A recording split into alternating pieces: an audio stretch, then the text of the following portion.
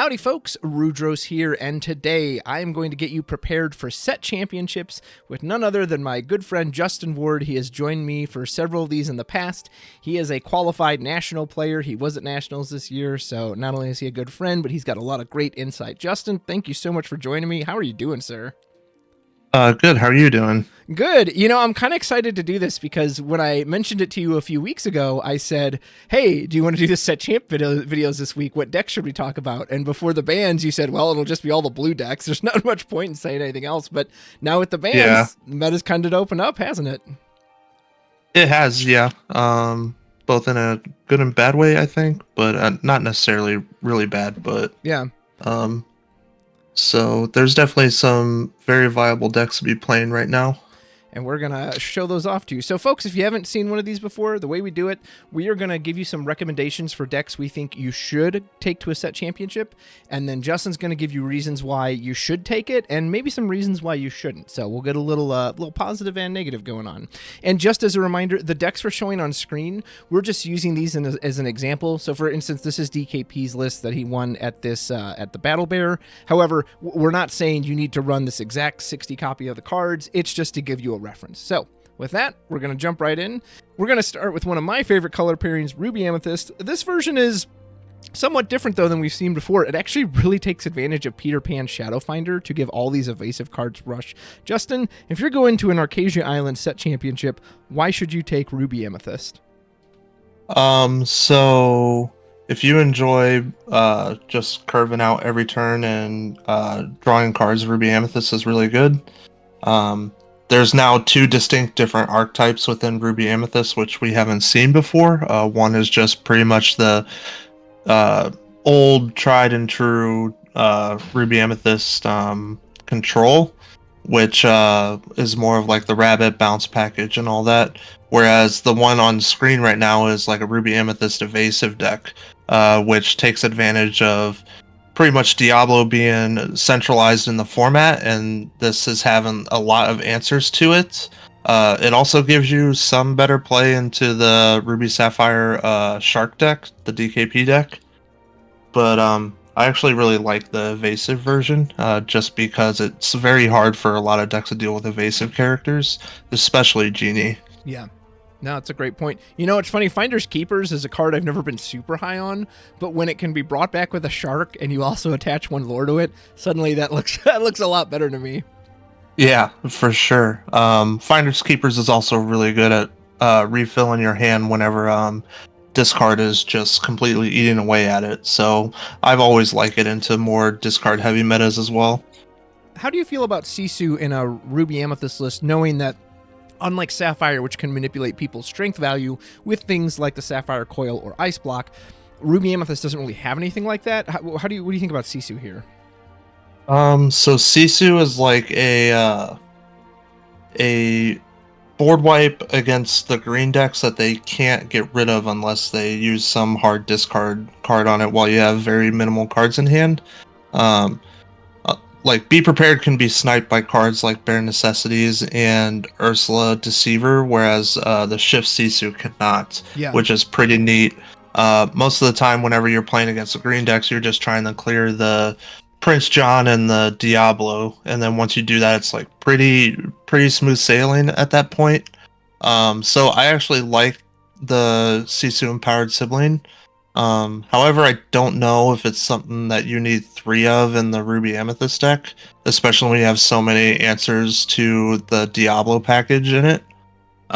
It just seems more of an answer to Prince John at that point. Yeah, that makes sense. And something to note, too, against those steel decks is they've got Pete to shut off Be Prepared. So trust me, That is true, yeah. Whenever I get Pete locked, I'm always wishing I had that Sisu to shift in. Yeah. So we kind of know the strengths of Ruby Amethyst. This is a deck that's been around for a long time, even if this version does look a bit different. What are some of the reasons you wouldn't want to take Ruby Amethyst to a set championship? So I think it plays I think it plays weaker into the Ruby Sapphire DKP list than most other decks in the format. It's really hard to get some massive amount of board control while also clearing Shark. Like, Maui Half Shark is a huge issue for the Ruby Amethyst deck, and unless you're playing the evasive version where with your own sharks, it's very hard to deal with shark, and you're most likely always using a be prepared to clear it whenever you fall behind, and then like whenever you be prepared their board, they just slap down double mana, and you're just like, I don't know what to do with it at this point. Yeah, this version isn't running Maui's either, like the non-half shark version, of course. So, So I don't know how good this would do into a manor build. so it's good into the manners when you're able to combo Peter Pan Shadowfinder with Maui Half Shark. But aside from that, like it's very hard to deal with manners. It looks like based on this list. Moana's nice for being able to like pump things by 3 strength. However, she needs to challenge another character to do so. And any smart Ruby Sapphire player will just not exert Grandma Tala to expose that kind of play. At least this version can prevent your opponent from turning their own shark sideways and getting value off of it that way. But as we've seen on stream with DKP playing against the evasive Ruby Amethyst deck in top 4 and the finals of Oslor, it didn't seem like he was having too big of an issue with the evasives in the deck. Yeah, this half shark's no Radigan, right? He doesn't need to exert himself to just win off a lore. He can just sit there and go, that's fine. I'll just keep slowly racking it up. Yeah, and without rabbits, it's really hard to outgrind the Ruby Sapphire deck, and he was on multiple Sisus, which actually wipe a good amount of characters in the evasive version. Any other thoughts on this list? I think I would be more inclined to be playing Iago in my list, especially with the lack of non-steal actions that target opponents' characters. People think that the vanish keyword is a downside, and it can be a downside. However, a lot of decks aren't equipped to deal with those highly static characters. Like, I can think of 4 different decks off the top of my head, like Blurle, even Ruby Sapphire, who have difficult time dealing with a 4/6 body. Obviously, Ruby Sapphire can use Maui Shark, but whenever you're able to combine Iago with a Peter Pan Shadowfinder, even if they have an action to banish the Iago, you still got value out of the Iago by ideally challenging and banishing a character before it leaves play, which means that your opponent had to waste 2 cards to clear that Iago rather than just 1. Yeah, I do like this guy a lot better when he can rush in. He feels pretty bad when he's just got to sit there a whole turn. I mean, I even remember saying when they spoiled Iago, I was like, this card seems absurd in the Ruby Amethyst decks. And it just took Hiram getting banned for people to realize how good this card is. Very good insight on Ruby Amethyst, sir. Well, let's leave one of my favorite decks to one of your favorite decks. This is Ruby Sapphire, a deck that you've been on for a long time. Granted, you were running more of a traditional Flaversham package back when he was still here. Alas, Mr. Flaversham is no longer with us. However, as DKP has shown with this list never actually really relied on him much anyway.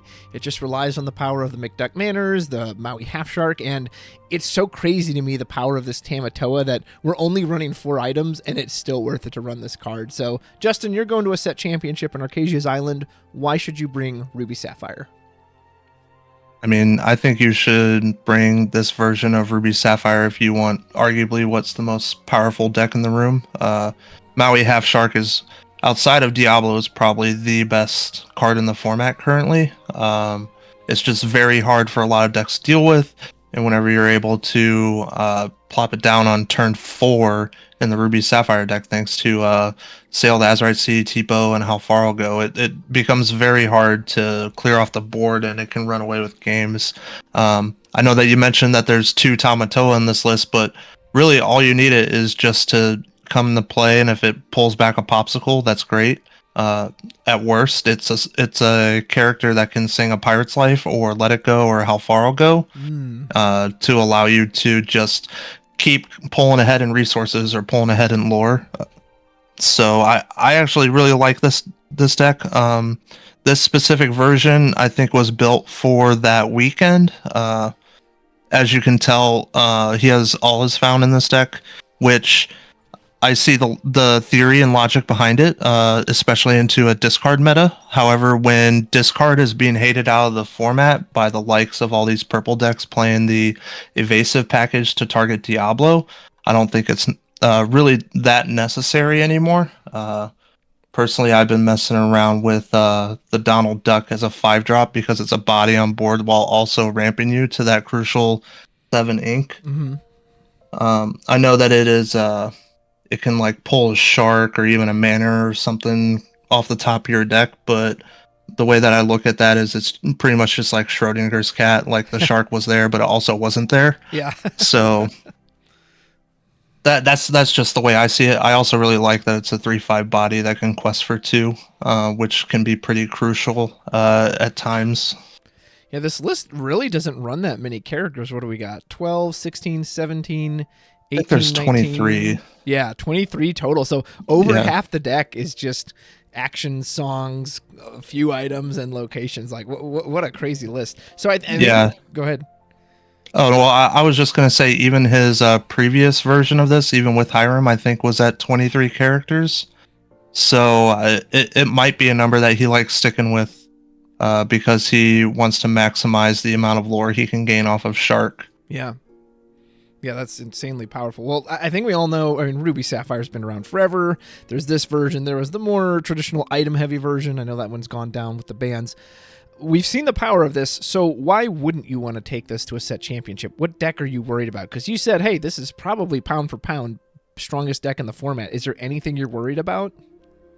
I'm worried about super aggressive decks. If your local area is filled with decks like the Amber Amethyst Hyper Aggro or even Amethyst Emerald aggro decks, it can be hard to stabilize against those decks, especially if they start pretty quickly.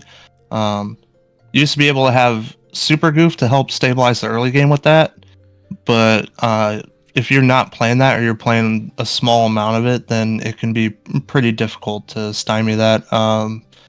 This deck really doesn't draw a whole bunch, so it doesn't get hurt as much by Diablo as Ruby Sapphire decks did in the past. And all your cards just replace themselves and add to hand instead of draws, which is pretty nice. So I think it plays very well into the Emerald decks, despite people saying that discard can eat this deck alive. I've really had no issue with it. I know people have been messing around with Kita in this version, the Kita Creative Thinker. However, I don't think it's necessary. I know you tried that at one point. Were you just kind of underwhelmed by it, or just... No. So I was trying her in a more standard Ruby Sapphire control build that was still utilizing Sapphire Coil. I think she's a good card, especially the turns that you can drop her on turn 3. Then the following turn you can use her ability and then play a How Far I'll Go to get to 8 ink the following turn to do a Sisu board wipe on turn 5. Yeah, which is pretty nice. And she has wards, so it forces opponents to challenge her if they want to clear her off the board.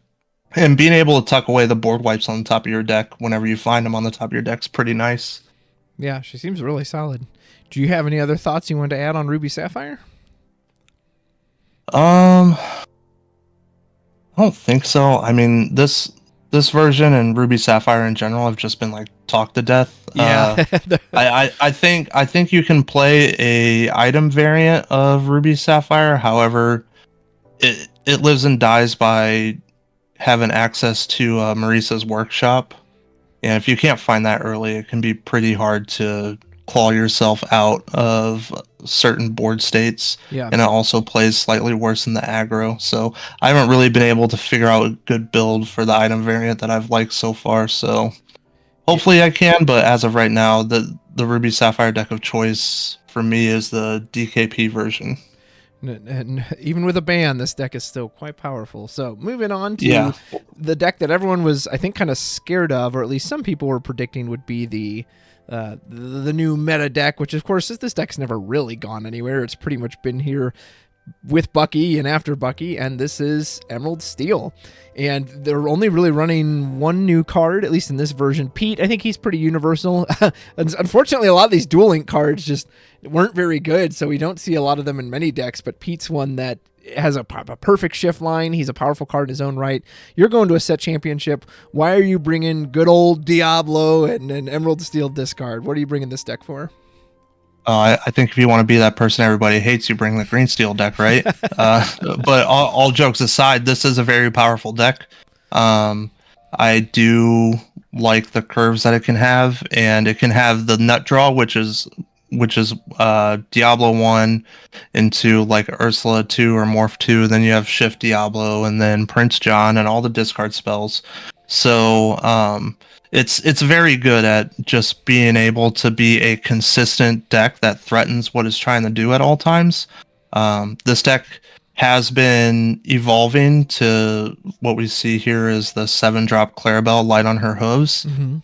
That card is actually very good into all the Amethyst decks, and with it being the format being so Amethyst heavy right now, because all the Amethyst decks are trying to target Diablo with their evasives and rushers, this card becomes very good because they replenish resources, whether they're playing Rabbit or playing a bunch of draw actions, and then you just plop down a Clarabelle, and then you refuel your hand, and then if they're forced to use a Be Prepared, the Board Wipe, or a Sisu to clear your other stuff, you still have a whole bunch of cards in hand to play with after that happens. Yeah.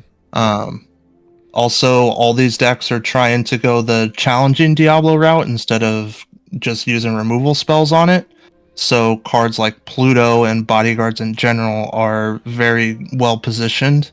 I know that I've been playing Green Steel quite a bit recently. Pretty much been splitting my time half and half between Green Steel and Ruby Sapphire. And yeah, so I've been pretty impressed by the Bodyguards. I thoroughly like them. They play very well on curve, and they do a lot to protect your Diablo. It's very strong. Something that I've always found very annoying about this deck going against it, and I can verify just looking at this list, is that there's kind of no dead draws in this deck. Like, every card is a threat. Diablo's a threat. Pete, of course, stops their actions. Prince John is a threat that you can't answer. This Ursula, you have to answer. The Beast. Like, if any of the Pete, Clarabelle, if any of these cards sit around, they just continue to get value. And it's like, as a Ruby Amethyst player, I'm always like, I only have so many brawls and B-preps, and there's just so many threats in this deck, not to mention all these powerful songs. So right. Now that you mentioned Brawl, I'd argue that Brawl is in probably like the weakest spot it's ever been. Yeah. Since the release of Ursula's Return. There's a lot of decks that just either don't care about it, or you can use it and you're still behind on tempo, so it doesn't feel like it did enough. Mm-hmm. I know against the starts where against Emerald Steel, like they start with Diablo, Ursula, Deceiver of All, and then even if they have Prince John, like what are you gonna do? Brawl the Diablo and still get sudden chill double sang on you, and then they draw cards, and like it's just very underwhelming. So I think it's still necessary for some decks. However, I could see the card just like falling out of the meta. It's very good at answering genies, but even then they already got a card back when they played the genie. Yeah. Another card I want to mention, and I can relate this to our locals tonight. So I was actually on Ruby Amethyst, and Justin was on the Green Steel discard, and he said, man, I bet you wish you had Medusa right now. And I said, well, for this deck, yeah, because there's a lot of threats, but the problem is this deck, which a lot of people at our locals play too, Medusa hits what? Super Goof? Tala? Medusa, I think, similar to Brawl, is in this weird spot where it is really good into certain decks, and then it essentially does nothing into other decks. Yeah, so with the lack of Medusa in the format, it also means that Beast Tragic Hero is very well positioned for any steel deck. So really the only ways that you can ever answer the Beast, or if you're playing Amethyst, you just play your Elsa, what is it, Fifth Spirit? Yeah, to tap it down to challenge it. And most of the time you probably have to lose a character when you do that anyway, because it's a 3/5. and then Let It Go answers it cleanly. And then I don't think there's anything else in the format, maybe besides Zeus and just using any steel damage card to ping it. Yeah. But I think the card is very well positioned. So absolutely. Well, so we've sang the praises of this deck. We know its strengths. What is the reason you wouldn't want to take this to a set championship? Honestly, I want to take this to the set championship if everyone in your local meta does play Emerald Steel. Personally, I'm not a huge fan of the Emerald Steel mirrors. It becomes very high rolly and depends a lot on drawing the Diablo, Prince John, and even Pete. It's just a nightmare to play at times, and it can be very rewarding and skill intensive at times. But whenever your opponent just gets like the standard curve that they're trying to get and you miss any one of those pieces, it just feels like you're climbing an uphill battle. Yeah.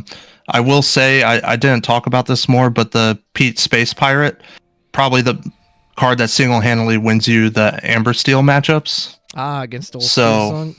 Yeah, so being able to just lock them with the Pete Games Referee, and then you shift in Space Pirate and either use any kind of removal spell to get rid of their characters, or even just turning it sideways to challenge another character or questing. It's just taxes them. They can't sing any songs with their Ariels or Gastons or Robin Hoods if they're playing it.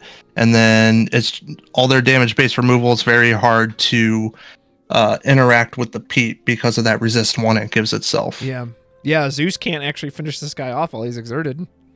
No, it's pretty neat. I actually quite like it. This is probably like the best card that Green Steel could have gotten out of the new set. It's actually probably the best Duel Link card that they released. So that a lot of the Duel Link cards really haven't been that impactful. I think Pete has really been the only one. Yeah, well said. Any other thoughts on Emerald Steel? No. All I have to say is that I hate the burbs, so I feel you on that one. Well, you'd mentioned Steelsong there, so let's go right into this one. This one's called Kurt Spice, perhaps after Kurt Spice himself, playing in the LCCC currently. So this one looks pretty standard. You know, Steelsong, this particular version's running the Queen package. I mean, I feel like Steelsong has just been so tried and true since set maybe 2 is when it really came into its own. It was even kind of around in set 1. And I don't think there's any new cards in this particular version. So you're going to a set championship. It's old reliable. Why are you taking Steelsong? I think if you want a deck that is arguably probably just 50-50 into every matchup, whether it's going first or second, that would be Steelsong. It does require some amount of skill on recognizing how to alter your hand effectively and whether you should be keeping certain cards just to ink to make sure that you don't just get flooded with uninkables. Yeah. This version I think has 15, I think. 8, 11, 15, and that's pretty high for a deck that most of your uninkables, like 4 of them are Whole New World and 7 of them are removal spells. Yeah. So they're not very easy to get rid of. That said, I do think the Queen package is pretty well positioned right now, especially into fields where locations are seeing a lot of play.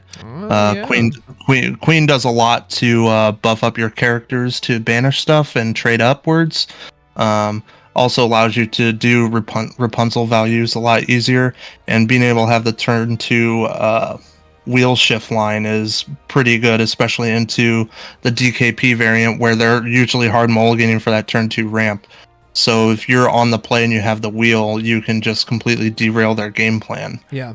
I do think Mr. Smee is in a very awkward spot for every steel deck except for Amber Steel, mainly because in Amber Steel the damage that it pings itself you can combo it with Rapunzel.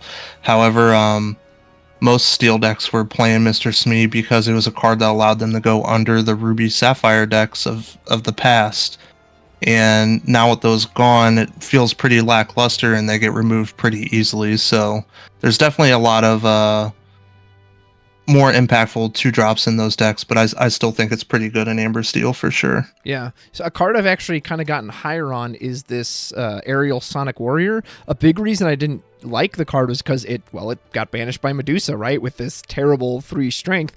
But with Medusa kind of disappearing, I've actually liked this card more than I originally thought I would. And the 3 damage really can make a difference, because sometimes you just get those awkward hands where it's like, oh, I don't quite have enough with strength, or I just have the storm. And so with Medusa disappearing, I've actually gotten higher and higher on this card. Yeah, Aerial Sonic Warrior is also pretty good at dealing with Diablo that's in a cove if people are still playing cove. It also being able to just ping 3 damage to a Maui half shark whenever you use something like Let the Storm Rage on it in order to make it turn into just pretty much a different version of a Long Game Zeus is pretty good as well. So I like the aerial quite a bit. Another reason why it was also like pretty bad in the past too was because Ice Block Sisu just completely destroyed it. However, with the decline in the Ruby Sapphire item deck, it definitely seems very well positioned. Also having the 8 willpower, it's pretty big for enabling Rapunzel, which is pretty nice. Yeah, it can actually survive a hit from a half shark. There's not a whole lot of characters in the game who can say that. Yeah. So you've been singing some of its praises, singing some of its praises because it's Steelsong. And I know definitely the strengths of this deck. There are times, I mean, when this deck gets to do it at once, your opponent, you're basically playing solitaire. Opponents just sit there and cry as every single thing they put on the board gets removed. So why wouldn't you want to take this to a set championship? What are the downsides of Steelsong? Like I mentioned, the hand altering is a huge downside. You have to know how to effectively alter your hand to mitigate drawing uninkables or like inking crucial cards that you don't want to ink, like Pete, games referee, or even the Ariels and Gastons.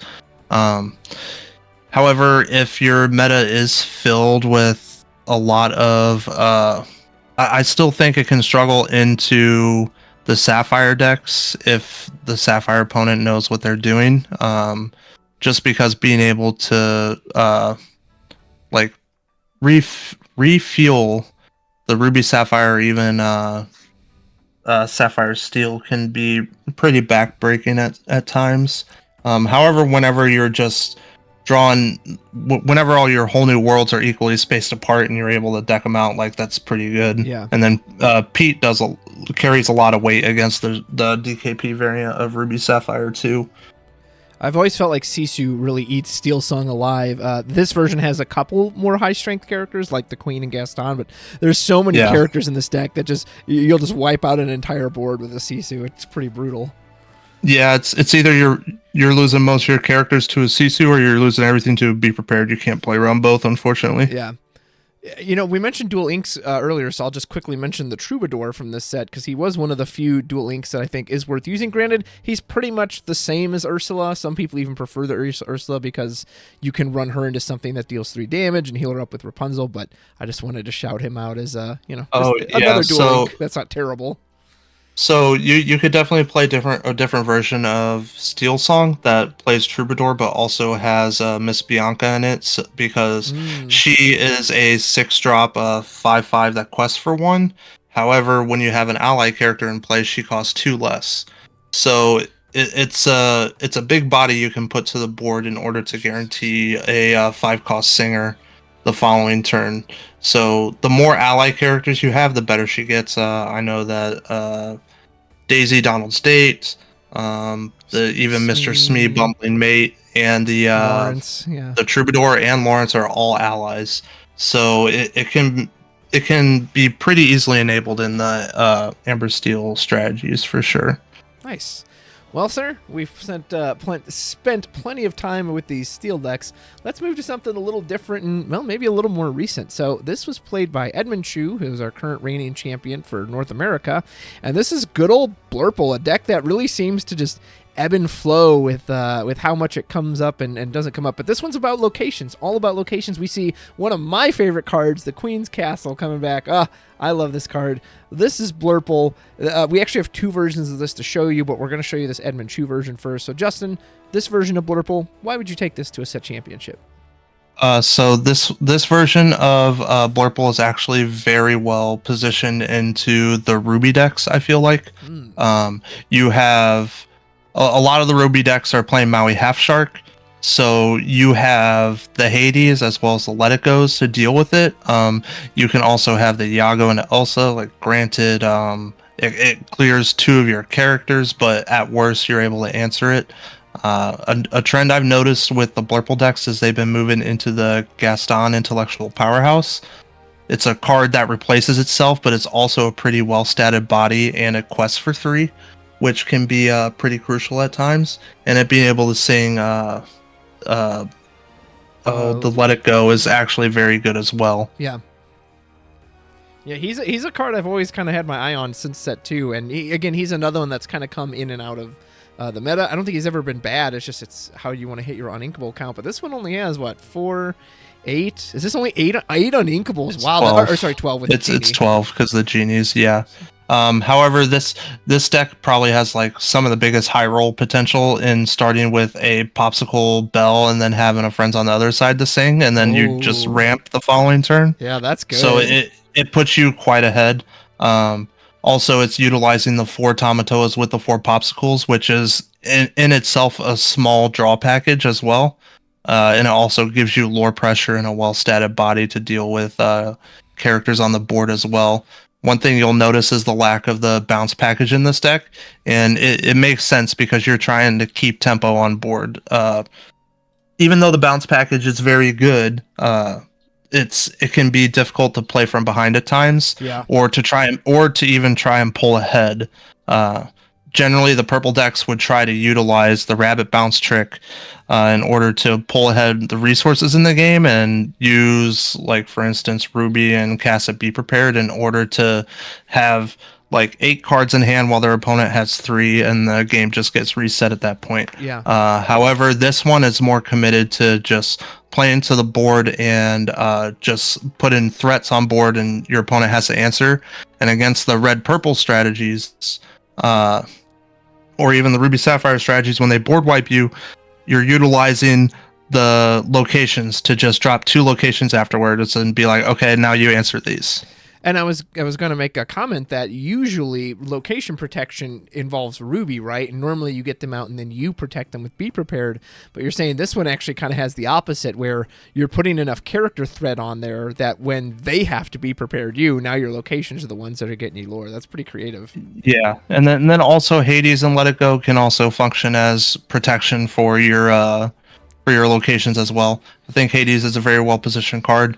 People are still playing Elsa Spirit of Winter, the 8-drop in this deck. I don't think that's necessarily correct. I like that more for the heavier aggressive decks that you could lock down 2 of their characters. But I do think Hades is very well positioned if you have a lot of Ruby in your format for sure. However, I do think this plays very poorly into steel decks. So it depends on what you're trying to accomplish and what everyone is just playing in your meta. So steel is its bane. Yeah, I do remember a set championship from last set, I think set 6, and I was running Steelsong into Blurple, and just poor Blurple. It just had no chance against Steelsong. I just ripped up every single card they put down. I felt kind of bad for him. Yeah, for sure. So that was this version. We'll kind of touch on this version as well. This one isn't as location heavy. As a matter of fact, we just have the McDuck Manor, but a couple differences. We actually have the high-end Mufasa, which is pretty cool. Still see Gaston, Hades. This particular version we're looking at has no Let It Go. A little more of the bounce package, not running any rabbit. This one does have goat and fox. Tell me about this version. Is there a reason you like this one over the other one, or its weaknesses? What's going on with this one? So I think this version plays better into the more lower to the ground aggressive strategies, as you have Fox and Merlin Crab, that is, in order to pretty much address the board early while you're trying to get to your late game. This is a very interesting list from Chris Louis. I actually like it. Gives me a reason to play my Enchanted Mufasa for sure. The 4 Finders Keepers was interesting in this list. Just means that he's just trying to power through the discard variants and is just hoping that eventually he's going to get take control of the board, you'll notice the lack of the Peter Pan Shadow Finders in these previous two Blurple lists. Yeah. I think that's mostly due just because of the uninkable count. I think they're valuing the Gastons and definitely Hades higher than the positives that Peter Pan can provide. So you can definitely build the Blurple deck. I think it's probably the most flexible out of all the purple decks with what you can put in there. I really do like the Bell package with the Popsicle. And then this is also a deck that can just abuse McDuck Manor, just since it can put it down on turn 3 and it can actually run away with the whole game. So I'm just noticing this, looking at all these Sapphires with this big Tamatoa. No Lucky Dime in any of these, even though there's a lot of high lore in these. Is there a particular reason we're just not seeing that item right now? So really, you were only ever playing that item if you were playing the Tamatoa So Shiny, just because it can game shot without having Hiram in the format. It means you're less incentivized to be playing a heavier item strategy with stuff like Lucky Dime and Tamatoa So Shiny. So that's mostly why you're seeing a lack of Lucky Dime. Obviously the more item focused decks will be playing that card, but I don't think it's necessary. And then you're also not really playing the same game plan as the old school Ruby Sapphire Control did before the Hiram ban. Yeah. This one you're much more trying to get early advantage with your ramping, and then playing characters that your opponent has to answer instead of you doing it the other way around where you're trying to ramp to your big bombs and then take away with the game from there. Yeah, no, that makes a lot of sense. So would you say same weaknesses in this version of Blurple? Just it really struggles with the steel decks? I don't think this version struggles as much considering you have the Fox Mim package in this, which means that you give yourself slightly better game into the steel decks, I think. However, it's always a struggle with the Blurple deck into something like Amber Steel, maybe even sometimes Emerald Steel. However, something you'll notice I just noticed between these two different lists is the complete lack of 1-drops. Oh wow, yeah. Other than Popsicle, right? Yeah, I mean, one-drop characters. I'm not sure how popular of a take this is, but I actually think everyone holds up the Amethyst 1-drops as like the gold standard 1-drops. However, I do think they're pretty lackluster, except for the Diablo, just because Steel is pretty heavily influenced in the format. Yeah. So they're answered pretty easily, especially when stuff like Fire the Cannons or Baboom are around. And Diablo is just something you can just always turn sideways, and then your opponent eventually has to answer it at some point, right? Like it's just a spell book, and then when it gets banished, it just replaces itself. So it also goes back to the old school strategy of Ruby Amethyst, whenever back in set 4, I think, where they were like omitting the 1-drops from the deck just to they were just going minimize to, like, the impact of having their hand discarded. Yeah, that's right. And they would just hold on to try to get to that be prepared turn. Yeah. Interesting. Yeah, it's really. I too have favored at locals Diablo way more than Chernabog or Magic Broom because again, at least if he gets blasted by Bell, Storm, whatever, at least he'll replace himself. Where if you invest in one of these and then you don't get the draw off of it, it feels bad. Yeah. And another huge reason why you were playing the Amethyst 1-drops too is because they were like the best things to have to go under the Ruby Sapphire strategy and try to race them before they got to their end game. And now with that version of Ruby Sapphire out of the format, it's like they're not needed as much. So I think they're not as necessary as some people may think. Gotcha. Well, very good. Well, we've talked about a lot of burbs here and there, so let's end on one final list, which has plenty of burbs, and this is Emerald Amethyst. I didn't know if this deck was actually going to make it back, because with the prevalence of Sapphire Steel at the start of the meta, this deck kind of just seemed unplayable, because, man, that turn 1 Bell just completely dumped onto so many of these strategies. But it is coming back with a vengeance, so this is the burbs or somewhat discard variant, however you want to label it as. Justin, you're going on Archazia's Island Set Championship. Why are you bringing Amethyst Emerald? Well, first off, I want to say that no one tell Moyen that this specific list is 61 cards.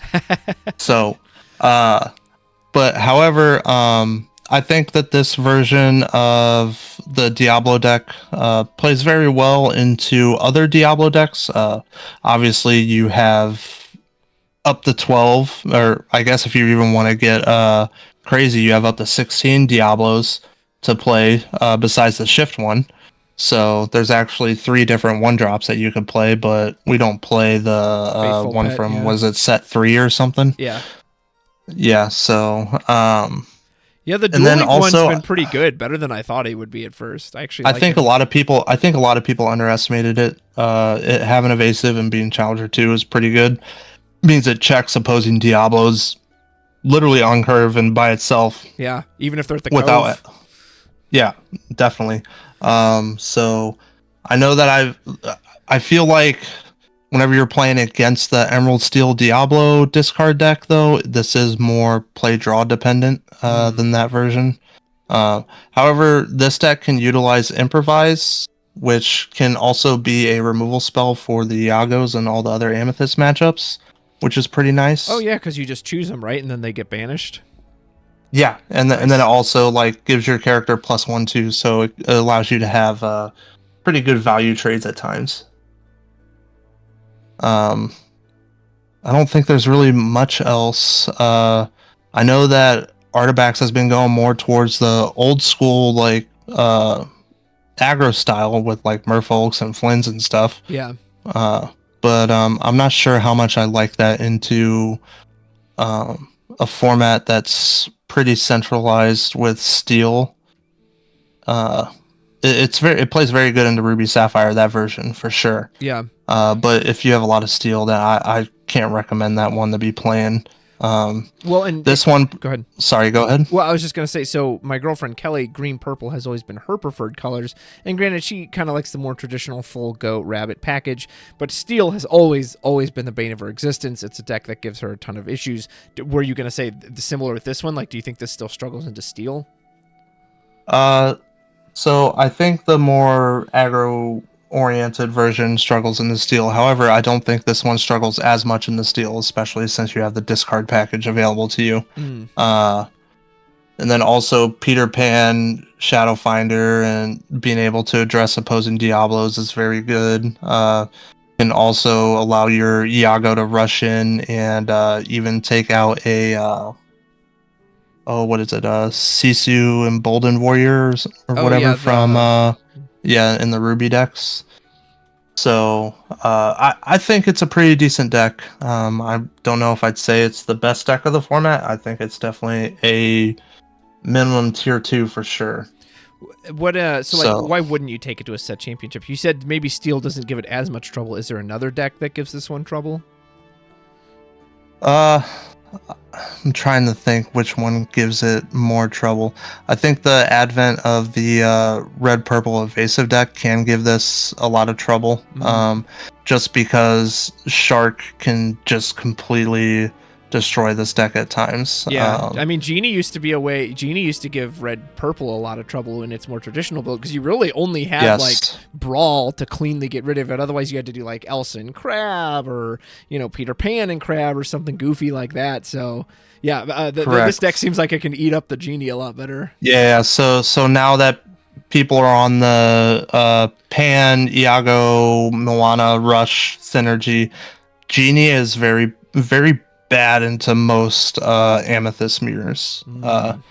It can be very good into the Steel matchups just because of its but you'll find yourself in Amethyst mirrors wishing that at times it was a rabbit and you had the bounce package available to you to outgrind your opponent. Yeah, makes a lot of sense. Well, sir, let's see. We've given them 1, 2, 3, 4, 5, 6, 7, kind of 6 if you count the 2 versions of Blurple. Those are all the decks that we think are quite strong right now in the meta, as the Lorcana always meta develops and changes. Justin, I want to thank you so much for coming on with me today. Are there any kind of final thoughts, recommendations, anything you want to say to the people out there? Yeah, if you're a madman and you do want to bring Sapphire Steel to your set champs, I think you do have to play a workshop oriented build. I don't think you should be going around playing Whole New World and whatnot, especially with all the Emerald decks in the format. Just because you can't rely on that wheel or the Whole New World staying in your hand and not getting ripped by Ursula or a discard spell. Yeah. So Workshop allows you to climb out of those situations better than Whole New World would. I think Workshop can be well positioned right now because, I mean, if you look, there's almost no item hate in any of these decks. Even some of the blue answers like Hideaway or Cusco, we're not seeing any of that. So I have a feeling, I certainly know it from experience, that if your Workshop hits the field, it's probably going to stay there the whole game. Oh, yeah, for sure. And then, like, the item variant of even Ruby Sapphire and Sapphire Steel can definitely just completely beat up on the DKP Ruby Sapphire as well as all these red purple decks. Just because Lucky Dime Tamatoa tap gain 10 is just very powerful. Yeah. Yeah, very few answers to that, if any at all. Yeah. However, if you have a bunch of aggro variant decks in your local field, then you definitely don't want to be bringing an item-centric version. Well, and I guess I'll touch on that before we go here, is that we didn't mention any pure aggro lists like Diggy Diggy Hole or maybe Amber Amethyst, just kind of lore burn. And we got even more lore burn cards this set and some of the Amethyst colors. Do you just think those decks would you say they're unplayable, or it's just they're not reliable, or they run out of gas? Like, why are we not recommending any of those pure aggro builds? I don't think that they're unplayable. However, I do think with all the Amethyst decks playing the Rush package and Evasive package, it can make it pretty difficult to keep multiple characters on board and continually turn them sideways and progressing your game state. Just because stuff like Peter Pan, Shadowfinder, Elsa, even using Merlin Crab with the new Queen to trade into Daisy Duck. Oh yeah, it's all it's all very can be overwhelming if they keep answering things when you don't necessarily want them to be answered. It also relies way too heavily on the Doc package as well as Rapunzel. I still think the Diggy Diggy Hole deck is a good deck. However, I don't think it's as strong as it was previously. Very fair. Any final thoughts you want to give anyone, sir? No, I think that I gave all my thoughts. I don't think there's really any deck that I missed. I mean, I guess Emerald Sapphire, but that's still just trying to chug along and find what exactly it wants to do. Yeah. Yeah, I know you were very worried about Ink Geyser when it first came out, and maybe there will come a day where that card is a huge problem. But currently, we're just not seeing. I'm just worried about the mechanic of it, not necessarily that card itself. However, I'm not a fan of mana or like a resource denial. Yeah. In card games, so like with Magic the Gathering, always hated any kind of land destruction, especially mass land destruction. Yeah. So I think there could be an aggressive Emerald Sapphire list that utilizes Ink Geyser, but I don't think it's necessarily that good in the more control variants. Obviously, unless you have a bunch of fish bones and whatnot, just to hyper ramp back after it resets everything. Yeah, absolutely. Well, folks, those are our recommendations. If you go to a set championship this time for Archazia's Island, I hope you have a great time. And, of course, wish you the best of luck. I hope you can get yourself an enchanted hero and possibly a playmat as well. Justin, thanks so much for coming on and joining me, sir. It's always a pleasure to have you. Oh, thank you for having me. Appreciate you for reaching out. Oh, you bet. Folks, if you enjoyed this video, feel free to like and subscribe. We're almost at 2,000 subscribers, and your help can get us there. Once again, wishing you the best at your set championships. And until next time, take care. Bye-bye.